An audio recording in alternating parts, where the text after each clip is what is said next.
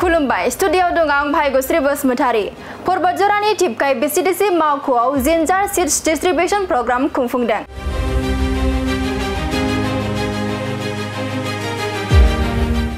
नंगौ क'क्राझार जिल्ला परबतजरा महकुमानि सिङाव थानाय टिपकाय बिसिडिसि मावख'आव परबतजरा किलिकां फार्मार प्रडाक्ट कम्पानिनि आफादगिरि जितेन गयारिनि मासि सामलायनायाव दिनै सा 125 सुबुंफोरनो सासेयाव 1 कुइन्टेलै हाइजें जोलै राननानै हरनायखौ नुनो मोननाय जादों।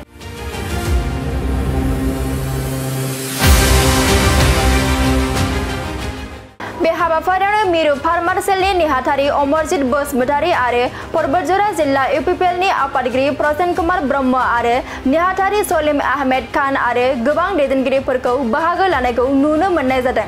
मख'नो गोनांदि थांनाय 4 जुन खालि गार'पारायाव मिटिं जथुमनाय समाव बिटिआरनि सीएम प्रमद बर'आ परबतजरायाव थारुन हालदै हाइजें बायदि आबादनि सायाव बाथ्रा बुंथिनायखौ नुनो मोननाय जादोंमोन। थिग बेबादिनो खोथा होलांनाय बादियै परबतजरायाव बिटिआर सरकारनिफ्राय हाइजें जोलैखौ किलिकां फार्मार प्रडाक्ट कम्पानिनि जोहै राननानै हरनायखौ नुनो मोननाय जादों। दिनै बे परबतजरानि टिपकाय बिसिडिसि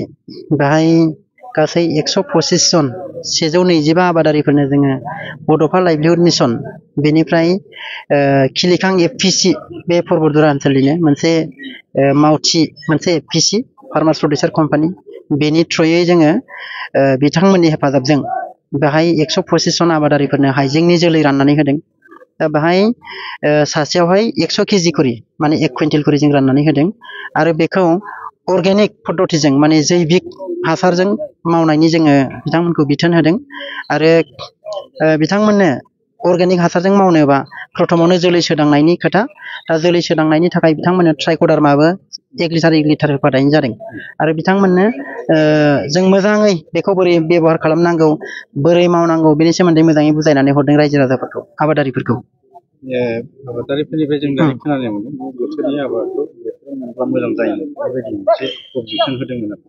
बे थारमाने जोंनि गोदोनिफ्रायनो जों ददाब्ला मावनानै जाबोनायखाय जोंनि सिन्थाधाराया बे जायो। खिन्थु बोथोरनि आबाद बोथोराव मावनांगौ बे नंगौ खिन्थु बोथोरनि आबादखौ जुदि बोथोराव मावोबा बोथोरावनो बिनि फिथाइखौ जों मोनहैयो अब्ला मा जायो जों जुदि कमार्शियेल पारपसाव जुदि बेखौ मावदोंबा जोंहा जेबो आबादारिफ्रा बेनिफिट थाया। दा नोंथांमोना नायदो आलु बुरनाय बोथोराव जेब्ला दमासि सफैयो गोदान बोसोर सफैयो अब्ला मानसिफ्रा आलुखौ बुरो बे समाव आलुनि दामा थाइबा 10 थाखा केजि बाहाय बयबो बुरबाय नालाय नङा होमबा खिन्थु बेनि उनाव जाय आलुखौ जुन जुलाइयावहाय बुरहैगोन बे आलुनि दामखौ नोंथांमोना नायदो 40 थाखा 50 थाखा केजि दा अब्ला जोंनो माखौ नांगौ बेखायनो दा जों हाइजेंखौबो एबार मोनसे एक्सपेरिमेन्ट नायनो नागिरदों जोंनि सरकारा बिटिआर सरकारा माने मानसिफ्रा अलरेडि रोदोमबाय बेखौ बयबो मिथिगौ सोरनाबा 1 फुटसिम जाबाय दा बे समावसो मानो गदायै होनाय जाखो बेखौ गोबाङा कुइसन खालामनो हागौ। दा बेनि फिननाया नैबे जोङो बेखौ फैगौ जुन जुलाइ बेहाय हारभेस्ट खालामहैनो हानाय बा एप्रिल मेनि लास्टथिंजाय जोङो बेखौ बुरहैनो हानाय खालामनो नागिरदों। बे समाव बुरहैयोबा जों जुन जुलाइयाव जुदि बेखौ फानहैनो हानाय जायोबा गोबां दाम मोनो थारमाने खिन्थु नोङो जानुवारि फेब्रुवारि मार्चआव जुदि फानोबा बे समाव सिजन जाहैबाय नालाय बाहाय गोबां खम मोनो। दा बेखायनो आबादारिफोरखौ बांसिन मुलाम्फा होनो थाखाय जों बेखौ मावदों। दा खोथाया जाहैबाय बेखौ गायनानै 6 माससोखौ खरान बोथोर मोनगोन रानख्रावनाय बोथोर अक्ट'बर नभेम्बरनिफ्राय अखा हाया दा बेनि थाखाय दै सारनायनि बेबस्था लानांगौ बेनि थाखायबो माइक्र' इरिगेसननि बेबस्था जोंनि सरकारा बड'फा लाइभलिहुड मिशननिफ्राय होनो नागिरदों बे आबादारिफोरनो जाहाथे आबादखौ गोबां प्रडाक्सन खालामनो हायो। नोंथांमोननि जे प्रमद बर' दैदेननाय सरकारा सासेनोबो लाइमोनफोरनि साख्रि होनो हायाखै साख्रि होआखै होनगासिनो दं जे अपोजिसन पार्टि बिपि दा बेनि बेलायाव सोरहा मा बुङो बेखौथ' रायजो राजायासो बुंनो रोंगोन रायजो राजाया नुगासिनो दं साख्रि होदोंना होआखै दिनैबो 1337 जन हाई स्कुल आरो जोंना हायार सेकेन्डारिनि फोरोंगिरिफोर ग्रेजुवेट आरो पस्ट ग्रेजुवेट टिचारफोरनि एपइन्टमेन्ट दिनैबो उदालगुरियावहाय दिनैबो रानगासिनो दं एपइन्टमेन्ट लेटार मैया ओंखारबाय सिलेक्सन लिस्टआ ओमफ्राय दिनैनो राननानै होबाय। दा खोथाया जाहैबाय बिपिएफनि आमोलाव साख्रि होनायाबो स्रोद होखोमायोमोन बिथांमोना थाखा फैसानि खारबार खालामनानै होयोमोन खिन्थु जोंनि प्रमद बर' सारनि दैदेननाय जायनाखि सरकार बिटिआर सरकार बेहाय साख्रि होनांगौबाबो राजहुवा भाबै होयो। दिनै नोंथांमोना नायदो दिनै जों बेहाय हाइजें राननानै होदों बे हाइजें राननायावबो 125 जन 125 जन बेनिफिसियारिफोरखौबो जों बाहाय लिंहरदों बाहाय मोजाङै बुजायनानै होदों बोरै खालामनांगौ बोरै मा खालामनाङा मार्केटिंनि बेबस्थाया मारै जागोन डिटेल्स बुजायनानै होनानैसो जों बिथांमोननो हरदों। थिग बिदिनो साख्रि होनायाबो जों राजुहुआ बाबै होदों बेखौ रायजो राजाफ्रा बयबो नुगासिनो दङ बेखौ सोरबा BPF नि बे जानला मोनला रोनावला बायनायखौ जोंहा उत्तर होनांगौ होननानै साना आरो रायजो राजाया बेखौ नुगासिनो दङ दा बिथां जोंनि बे लाइमोन सेंग्रा सिख्लाफोरखौ जुदि जोङो साख्रि होनांगौबा बिथांमोनखौ जुदि फसंथानाय होनांगौबा अब्ला फारसेथिं बिथांमोना रोनावबाय थायो BPF नि बाथा देवानिफ्रा मा साख्रि होनो हाया होननानै दा साख्रिखौ जों मोनथाम रोखोमै होनो नागिरदों मोनसेया जाहैबाय सरकारि साख्रिनि एपइन्टमेन्ट लेटार दिनै रानगासिनो दङ मोनसेया जाहैबाय आबादजों गाव हारसिं सेल्फ इमप्लयमेन्ट आबाद मावनानै गाव हारसिं गसंथानो हानाय बे जाहैबाय मोनसे साख्रि माने खामानि बिबो मोनसे गावनि न'आवनो थानानै गावनि हायावनो आबाद मावनानै गावखौ फसंथानाय बे मोनसे जोंनि थांखि आरो मोनसेया जाहैबाय जोंनि ओनसोलाव गोबां इन्डास्ट्रि फैगोन फिसा इन्डास्ट्रि बे इन्डास्ट्रिफोराव जोंनि लेखा गोरों लाइमोन सेंग्रा सिख्लाफ्रा खामानि मावनांगौ दा बेखायनो आं खोनानो मोनदों बे परबतजरायाव जानो थांनाय जायनाखि जानो थांगासिनो दङ नङा होमबा थार्मेल पावार प्रजेक्ट बाहायबो 8,000 जनसो जोंनि बे ओनसोलनि रायजो राजाफ्रानो लाइमोन सेंग्रा सिख्लायानो साख्रि मोनगोन दा बेखौ खोनानो मोनदों आरो बे सावरायलायगासिनो दङ आंनि बुजिनायाव आं हिसाबै जुदि सोङोबा आंनि बुंनाया पार्टिनि अपिनियन होननानै दा सान आंनि सायाव जुदि आंनाव सोंनांगौ जायोबा आंनि अपिनियना बेनो जोंनो जुदि फसंथानाय नांगौबा जों बेखौबो बिबेचना खालामनांगोन दा बेजों मोजां जागोन गाज्रि जागोन बेखौ बिसार खालामनांगोन सरकारजों रायलायनांगोन सोरबानि थुनज्लायनायजों सोरबाया मोदोमाव पेट्रल होनानै लायोबा बाहाय जोंहा जेबो उन्नति जानाय नङा बिथांमोना गाव गावखौ सावनानै लाग्रोथोंलाय बिथांमोनाथ' अर सुयैल'सो होयो दा बिदिनो सोरखौबा राजाबो बानायब्रबाय बिथांमोना गेजेर ससेयाव बर'नि राजा होननानै राजानि फोलेर होननानै जायखौ बिथाङा राजानि फोलेर होननानै बुंदों बिनो गुन्जेर सुबाय दिनै बेनो बिथांमोननि खर'आव गाखोबाय दिनै दा बेखायनो बिथांमोना जायखिनिखि खामानि मावबोदों दिनैसिम मोनफ्रोमबो फ्लप जादों आरो मोनफ्रोमबो जाथिनि खहासो जाबोदों दा बेखायनो दिनै बे थार्मेल पावार प्रजेक्टजों जोंहा जुदि मुलाम्फा जागोनबा रायजो राजाया बेखौ फसंहोनाया मोजां आरो बाहाय जों गोबां मानसिया सुबिदा मोनगोन बे ओनसोला उन्नति जागोन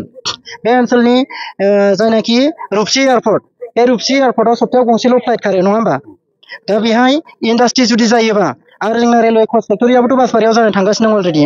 हाजार मानसि बाहाय फैगोन जोंनि ओनसोला डेभेलप जागोन बिजनेस जागोन बाहाय दैलि गंब्रै गंबा फ्लाइट बिरगोन एर'प्लेन बिरगोन अब्ला बे ओनसोलाव उन्नति जागोन रेल खारनाया बारा जागोन बे ओनसोलाव मानसिफ्रा नायनो फैगोन गिदिंनो फैगोन बिदिसो जोंनि ओनसोला उन्नति जागोन बेखायनो आंनि बुजिनाया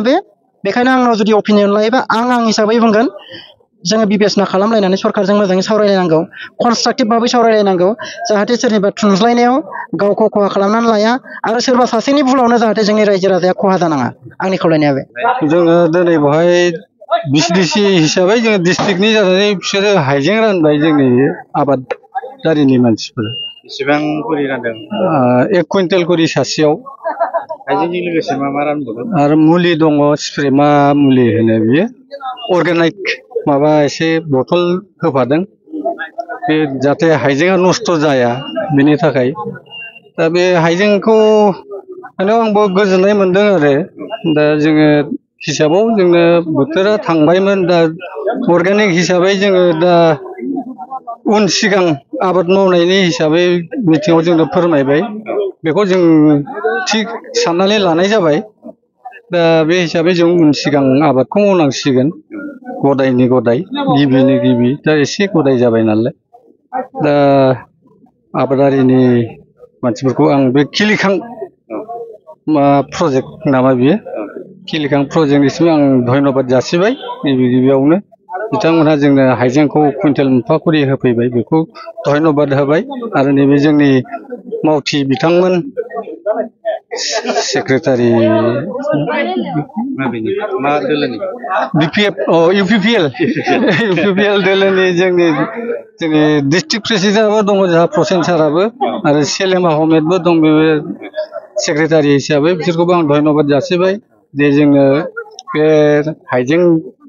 जोलैखौ होफैनायाव जों गोसोखौ मोजां मोनदों बयबो गोसो मोजाङैनो आजावजोबनानै लांबाय आं गाज्रि मोनाखै मोजाङैनो जादों बिथांमोननि साननानै राननाया PCDC आव बिदि प्रग्राम लालायलायनानै राननाया जाहाथे बेबादिनो फैगौ समावबो बिदिनो जोंनो बिदिनो राननानै होयो आबाद बिथिङाव जोंखौ जुदि जाहाथे डेभेलप खालामनानै होयो बेखौनो आं मिजिंथिबाय जोंनि दानि प्रमद बर' UPPL दोलोनि सरकारखौ जों बेखौनो आं होननानै थाथ'नाय जाबाय माबे गामिनि आङो सुखानजरा औ सुखानजरानि प्रदीप बसुमतारी आंना मोजां आंथ' हारसिं बस्था मोननै जाहैबाय 100 केजि 100 केजि मोनदों औ नों हाफ्रा खै बिगासो दं आंना हायाथ' दङमोन दंनाया गुवारैनो थादुन गायनो होननाय एवखानायमोन दा हारजरा हाजरा औ दायो बबेनिफ्राय होनाय जादों हा सोर सरकारा होदों बे हाइजेंखौ जोंनि प्रमद सार होदों होनना खोनादों जों दा औ खोनादों जोंथ' नुवाखै जाहैबाय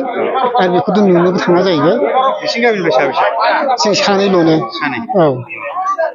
बेलेग बेलेग गामिनिफ्रायबो मोनदोंना मोनदों हनै लांगासिनो दं हानगासिनो दं आरो आंना नै दा आं लानो नागिरगासिनो दं आरो दा माबायदि मोनदों जे नोंथाङा दे आबाद मोनदों मोनसे हाइजें आबादखौ जे गायनो थाखाय मोनसे माइलि मोनदों बे बेलायाव शिब सारनिसिम माबाफोर बुंनो गोनां दं नामा बुंनायाथ' जों मा बुंनो शिब सारा जोंनो बेबायदि सहाय होबाय थायोबा जों गरिबफ्रा एसे डेभेलपआव फैगोन बायदि जों सन्देह खालामदों आसा खालामदों दा बिदिनो होबाय थाथों आरो जों मावग्रा मानसिफोरा जाहाथे रेहाय मोनो बेखौ जोङो गोजोननाय मोनदों आरो हाइजेंजों लोगोसे माबाफोर मोनफाबावदों नामा मुलि हरदों थिमिसे बथल गंसे